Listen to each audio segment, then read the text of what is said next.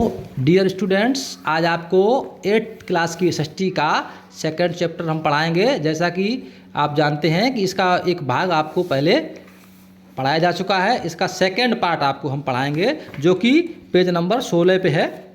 इसमें देखेंगे सबसे पहले हेडिंग वाटर रिसोर्सेज, जल संसाधन।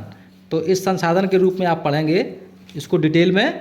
Water is one of the most important factors that influences the life of organism. पानी एक ऐसा कारक है, पानी एक ऐसा संसाधन है जो किसी भी जीवधारी के जीवन को प्रभावित करता है। अर्थात पानी के बिना कोई भी जीवधारी जीवित नहीं रह सकता है।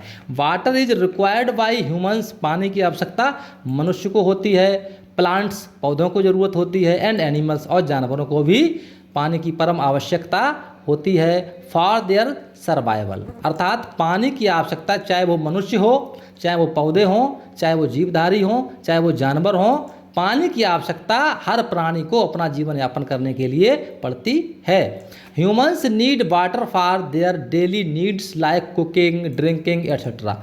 मनुष्य के लिए पानी तो और भी ज़्यादा आवश्यक है, क्योंकि humans need water for daily needs. प्रतिदिन की जो आवश्यकताएं होती हैं, हमारी प्राथमिक आवश्यकताएं होती हैं, उनके लिए पानी बहुत आवश्यक होता है। जैसे भोजन बनाना, कुकिंग, ड्रिंकिंग, पानी पीने के लिए, इन चीज़ों के लिए पानी की बहुत आवश्यकता होती है, क्योंकि बिना पानी के कोई भी जीवित नहीं रह सकता है। We cannot grow food without water.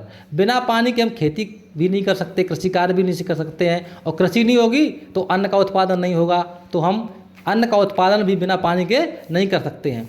We also need it for industries, और हम अपने जो उद्योग लगाते हैं उसके लिए भी पानी की हमें बहुत आवश्यकता होती है। फॉर जनरेशन ऑफ इलेक्ट्रिसिटी, और जो बिजली का उत्पादन होता है उसमें भी पानी की आवश्यकता होती है। हाइड्रो पावर स्टेशन आज डिपेंड ऑन वाटर, और जो हमारे जल शक्ति केंद्र हैं या बिजली जहाँ बनाई जाती है वहाँ पर भी हमें पानी की बहुत आवश्यकता होती है। Which is a renewable resource of energy, जो कि ऊर्जा के नवीकरणीय संसाधन होते हैं। Without adequate availability of water, पानी की बिना उपलब्धता के food chain will be disturb, हमारा जो खाद्य जाल है वो भी डिस्टर्ब हो जाता है। And our ecosystem will be adversely affected, और हमारा जो पारिस्थितिकी तंत्र है वो भी प्रतिकूल तरीके से प्रभावित करता है। Plants need water for their growth and we need plants as they provide us with food. Plants need water, पौधों को भी पानी की आवश्यकता होती है। फॉर देयर ग्रोथ, अपना विकास करने के लिए पौधों को पानी की आवश्यकता होती है। एंड वी नीड प्लांट्स, और हमें पौधों की आवश्यकता होती है। एज दे प्रोवाइड, जो वो हमें देते हैं। विद फूड, जैसे हमें पौधों से भोजन प्राप्त होता है, टिम्बर्स प्राप्त होता है, दवाएं प्राप्त होती हैं, मेडिसिन्स, हर्ब्स और प्राकृतिक बहुत सारी चीज़ें हमें पौधों से प्राप्त होती हैं, etc.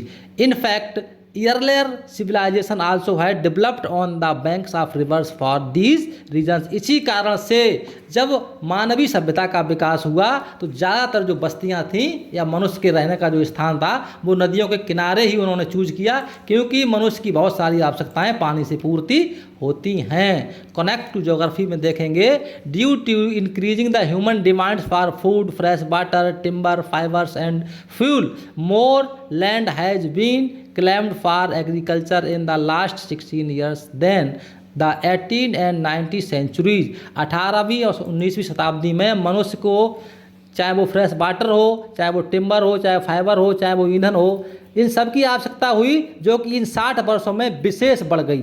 18 से 19वीं शताब्दी में इस मनुष्य की जो आवश्यकताएं हैं इन 60 वर्षों में अत्यधिक बढ़ गई हैं।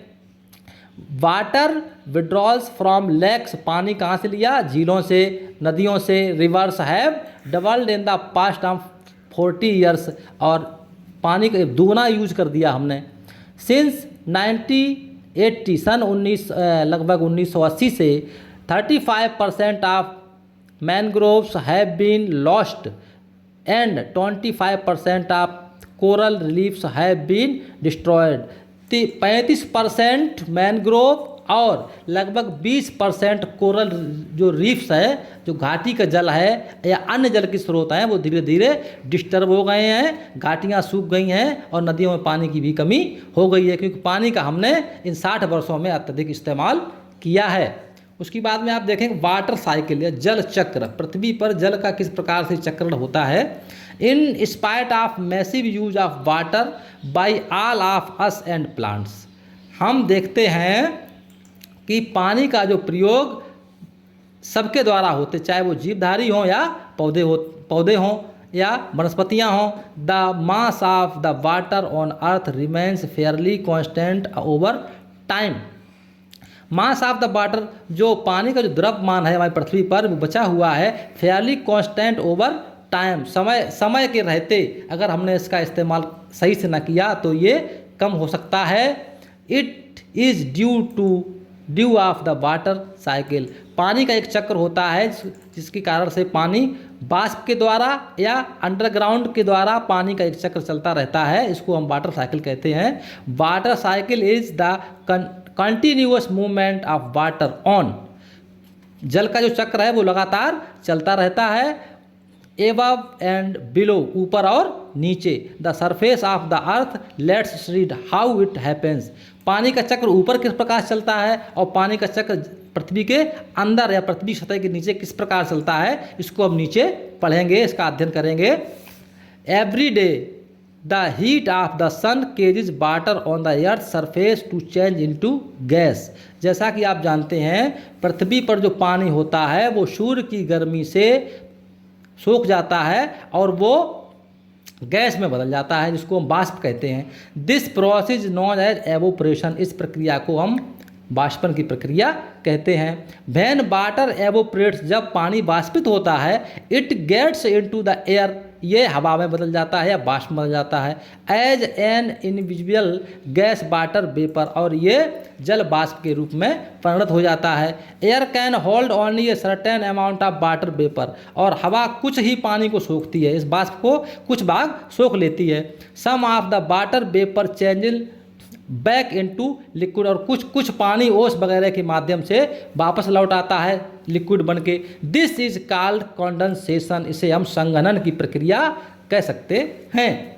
नेक्स्ट क्लाउड फॉर्म, और बाकी बादल के रूप में परिणत हो जाता है, बदल जाता है। They are made up of billions of tiny water droplets, इसमें बहुत सैकड़ों बिलियन की संख्या में पानी की छोटी छोटी बूंदें बन जाती हैं। So light that they can float in air, जो कि हवा में फैल जाती हैं।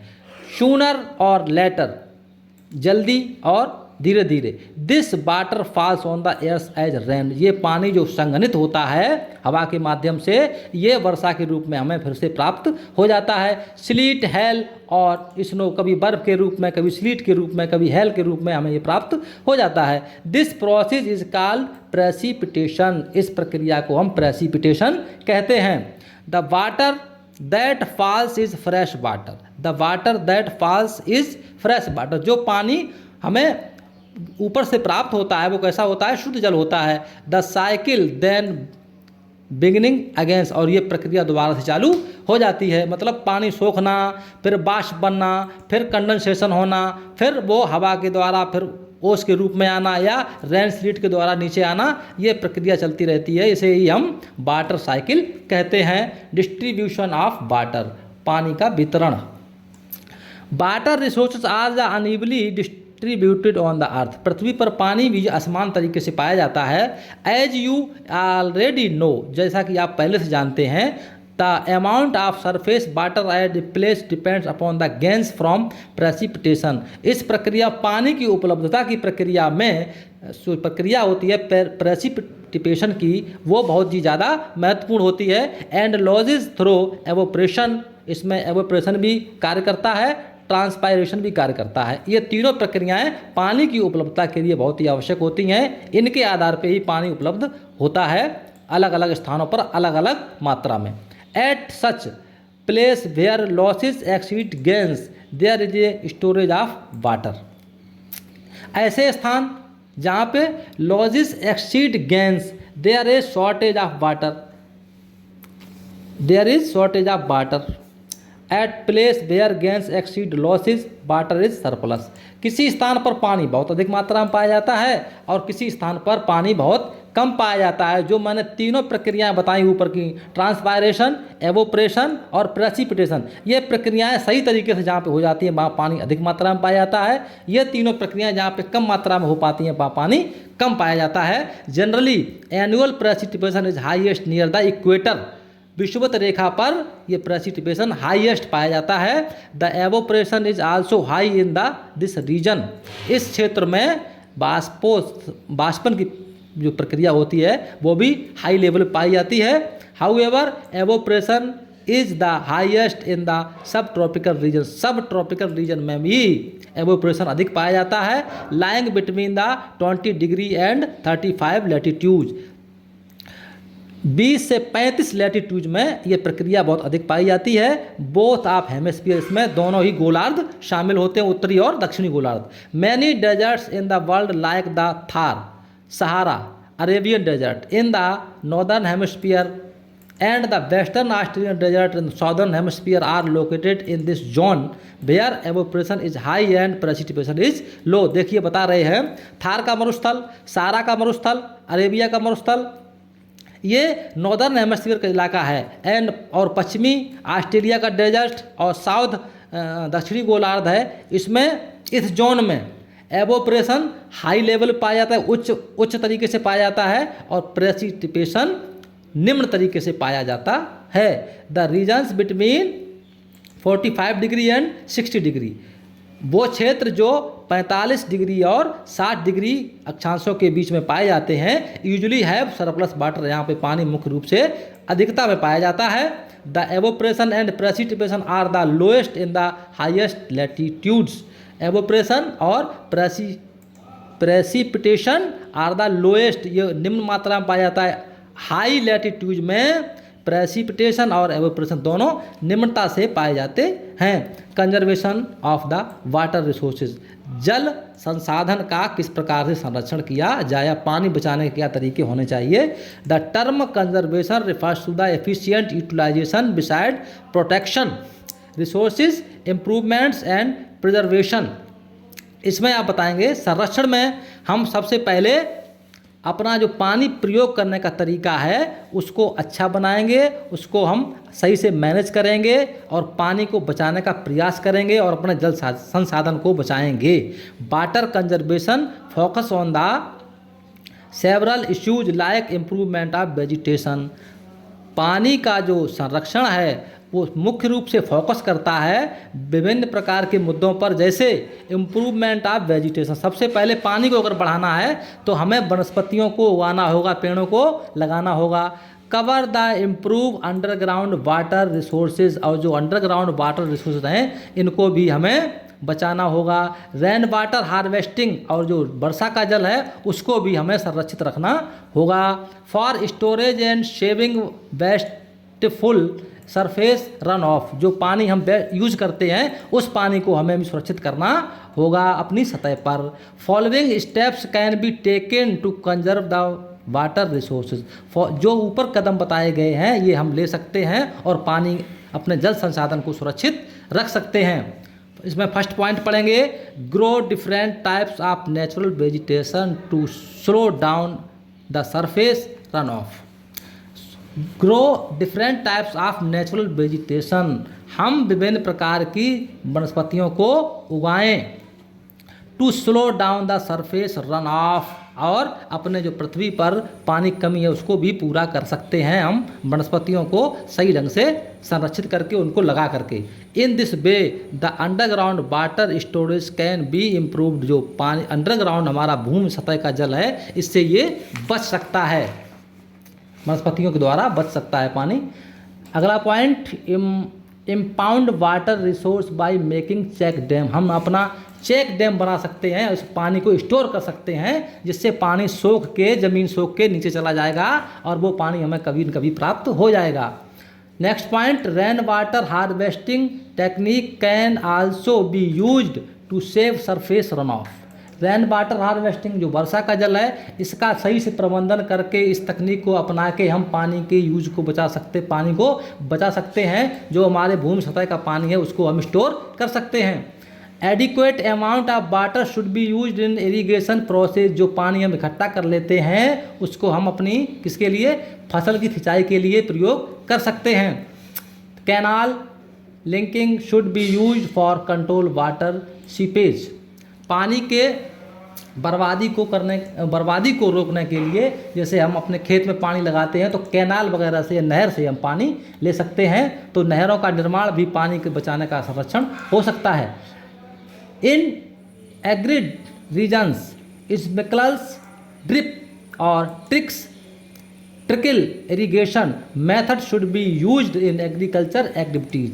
जो पहाड़ी इलाके हैं या कम पानी वाले इलाके हैं, इनमें हम सिंचाई के लिए इन स्प्रिंकलर सेट या पाइप के माध्यम से पानी ले जाते हैं, और कहीं कहीं तो ड्रिप या ट्रिकल इरिगेशन भी करते हैं। इसके माध्यम से हम अपनी फसलों पे पानी बर्बाद नहीं होने देते हैं, पौधे के पास ही पानी गिरा करता है। इस मेथड में should be used in agriculture activities. जो हमारी एग्रीकल्चर की प्रक्रियाएं हैं उनमें भी हम इन स्प्रिंकलर और ट्रिकल इरिगेशन को अपना सकते हैं। इन प्रक्रियाओं में पानी पौधे के पास ही गिरता है।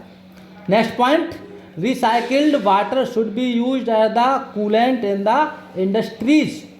Recycled water should be used, पानी को हम दोबारा तरीके से प्रयोग कर सकते हैं as the coolant in the industry. जो हमारा पानी उद्योगों वगैरह से निकलता है, इस पानी को हम रोक कर या ठंडा करके दोबारा प्रयोग कर सकते हैं।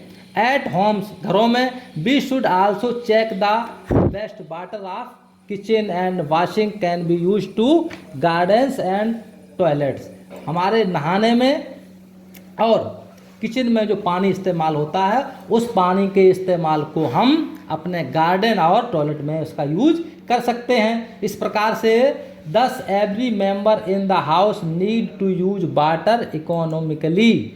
इस प्रकार से घर के प्रत्येक मेंबर को पानी की कीमत को समझना चाहिए। In this way water resources can be conserved and manage efficiently. और प्रभावी तरीके से हमें पानी का संरक्षण करना चाहिए, पानी को बचाना चाहिए।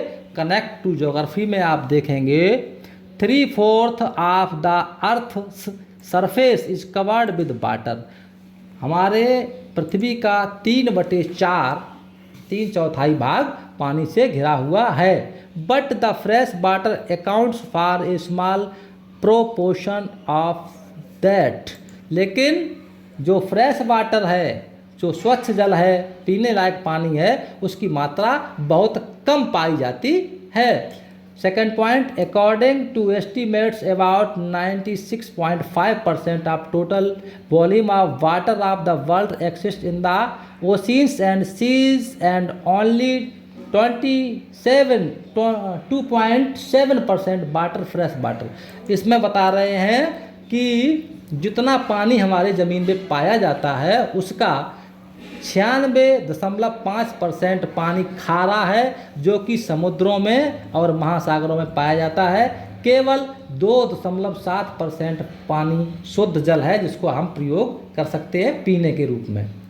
Again, out of this small volume of fresh water, it's 70% found in the ice sheet।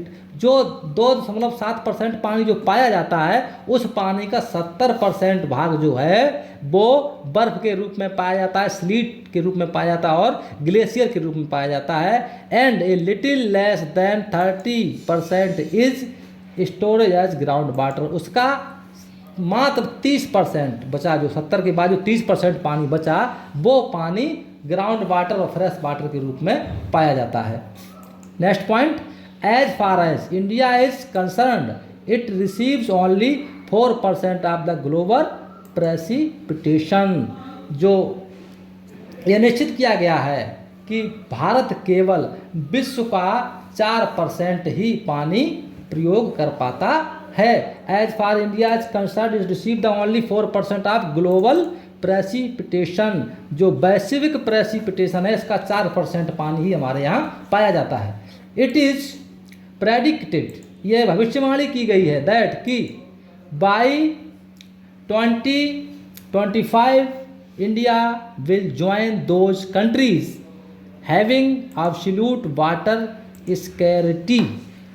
यह भविष्यवाणी की गई है कि सन 2025 तक भारत उन देशों में शामिल होगा जहां पर पानी की बहुत बड़ी कमी पाई जाती है। अगर हमने पानी का सही इस्तेमाल नहीं किया तो 2025 तक हम उस कंडीशन में पहुंच जाएंगे कि हमें इरिगेशन के लिए नहीं बल्कि पीने के लिए पानी की बहुत बड़ी कमी महसूस होगी। इसलिए हमें अपने पानी को कंजर्व करना चाहिए। That's all. किसी भी प्रॉब्लम के लिए आप कमेंट में बता सकते हैं। That's all.